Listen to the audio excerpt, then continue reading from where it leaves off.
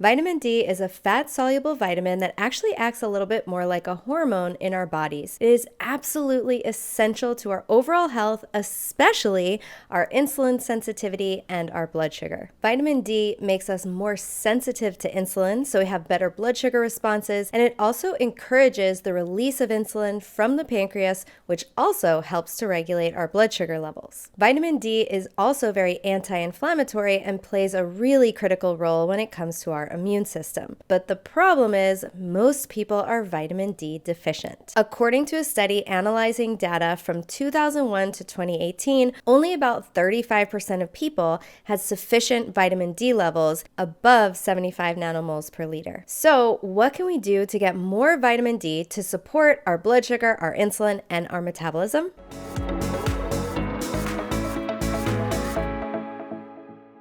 I'm Dani Hamilton, a holistic nutritionist and blood sugar specialist. When it comes to getting vitamin D, there's only a few foods that actually have vitamin D in them. Some of these are things like trout, salmon, tuna, herring, sardines, flounder, and also cod liver oil. But not many of us are eating tons of these foods. And as you might have heard, vitamin D is also called the sunshine vitamin. This is because our body can synthesize vitamin D from the ultraviolet B rays or UVB light that comes from the sun. But most of us, according to research, are spending over 90% of our days indoors. When we do go outside, we're told to cover up and lather in sunscreen, and we're never letting this UVB light penetrate or hit our skin, and this is driving this vitamin D deficiency epidemic that we're all experiencing. But going outside after spending almost all day inside and not prepping our skin appropriately to receive this UVB light is also not what I recommend, because it will probably lead to a sunburn and some skin damage. So how do we safely get vitamin D while minimizing the negative effects of the sun? The answer lies within getting full spectrum sunlight. Let me explain. Step one is to get outside and see sunrise. Sunrise light should be the first light that we get in our eyes during the day. This light is rich in infrared light and also red light, which is very healing and soothing to our skin, which helps to precondition our skin to receive harsher UVB light. This light not only helps set your circadian rhythm, but essentially it's sort of warming up your skin to get the UVB. The next period we want to expose ourselves to is UVA light. UVA light is most predominant when the sun is 10 to 30 degrees above the horizon. To find out when the sun rises, when UVA light is, when UVB light is, use the circadian app and it will tell you when this time is in your latitude. I did a whole video about that I'll link below. UVA light also conditions the skin to be prepared to receive this UVB light. Remember, these steps are critical. After the UVA window closes, then we have UVB light, and this is the light that makes our body produce vitamin D. This light is available all the time at tropical and some subtropical latitudes, but it is not present all the time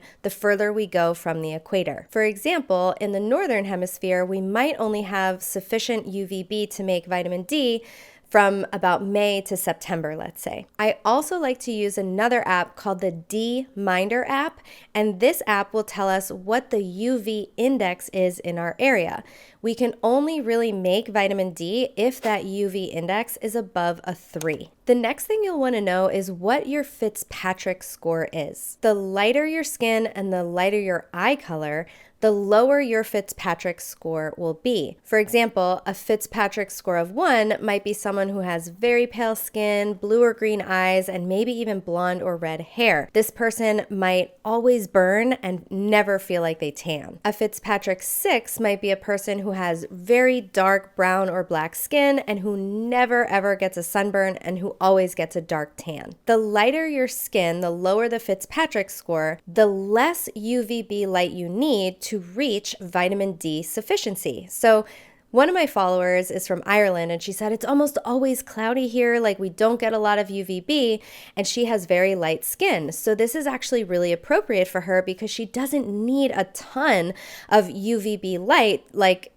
somewhere in Florida, for example, to be able to reach sufficiency with vitamin D. But people with darker skin tones who live further from the equator are at a much higher risk of vitamin D deficiency because the darker your skin, the more time you need exposed to UVB light. So this is really, really important for all my friends with darker skin tones who are living further from the equator. So in this UVB window, the next step is that we want to slowly but surely increase the amount of time that we're spending with our skin exposed in this UVB window of light. We want to do this so that we slowly build what's called a solar callus, aka a tan. What you'll find by using this method that I'm outlining is that a lot of people who say I never get a tan, they'll actually start to get a nice tan. When your skin gets tan, this pigment called melanin starts to increase. This process is the body's natural defense of this UV radiation, and it helps to protect your skin from damage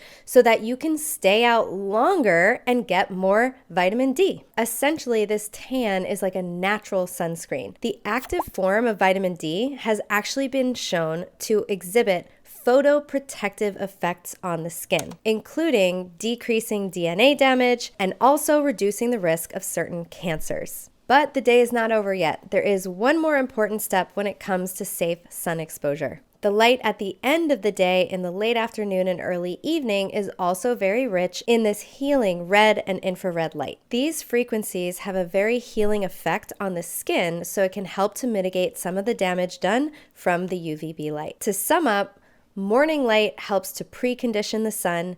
Then we want to slowly and gradually increase the amount of time we're spending in UVB light, making sure to not get sunburned and only get a nice tan, and then expose ourselves to that afternoon and evening light, which helps to soothe and heal the skin. This is how we were exposed to the sun for all of our human history. So it makes sense that we would need and benefit from all the different rays of the sun all together. Just a couple more things to note. After being outside for about 15 minutes, I often cover up my face because I don't want to be photo aging my face, but I do want to get the light on the rest of my body. Also remember, sunscreen blocks all vitamin D production. So if you go outside and have sunscreen on, remember, you're not getting vitamin D. So if you can't cover up or get in the shade and you feel like you've reached your max UVB exposure, I do recommend using sunscreen, of course, and you want to make sure that you're using a zinc-based sunblock as opposed to a chemical sunscreen, which are actually,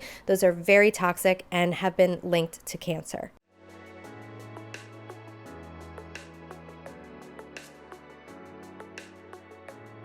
But Danny, this sounds like a lot of time outside. This sounds really complicated. Can't we just take a vitamin D supplement? Unfortunately, no. I actually don't recommend vitamin D supplements at all unless you are critically low in vitamin D. I really recommend to get the sun exposure instead because there's so many more benefits with so many fewer side effects. Vitamin D supplements do not replace full sunlight. UVB light, for example, shrinks fat cells, it improves our bone health, and it decreases risk of all-cause mortality. That means it reduces your risk of dying from all causes. Sunlight is so important. It's essential for every single form of life on Earth, us included. So I want you to be in the sun, getting all its benefits while mitigating any sort of negative effect. I'll link the apps I mentioned in the description below. And since it happens to be spring in the Northern Hemisphere at the time of this recording, I also want to encourage you to try these strategies and build up that solar callus for summer so you can go outside with full protection and getting all that amazing vitamin D. If you want to work with me on these circadian and blood sugar strategies, the next round of Blood Sugar Mastery opens in May of 2024. I've added a ton of new material all about our light environment, circadian rhythms, and so much more into the curriculum already, and my clients have been seeing such incredible wins and results from this. One of my clients who has MS, she used to not be able to walk after 2 p.m. and had to be in bed at 5 p.m. Now she can go for walks whenever she wants and she gets to bed at a normal time. Her pain has decreased, her mood has improved. Incredible, incredible healing. My other client started implementing these strategies and lost 12 pounds in 3 weeks. And then after not having her menstrual cycle for over a year, she got it back within 5 weeks of implementing these strategies. I left a link for the waitlist in the description below. There's a spot to book a free call with me where you can ask questions and learn a little bit more about the program and see if it's a good fit for you. I look forward to connecting with you.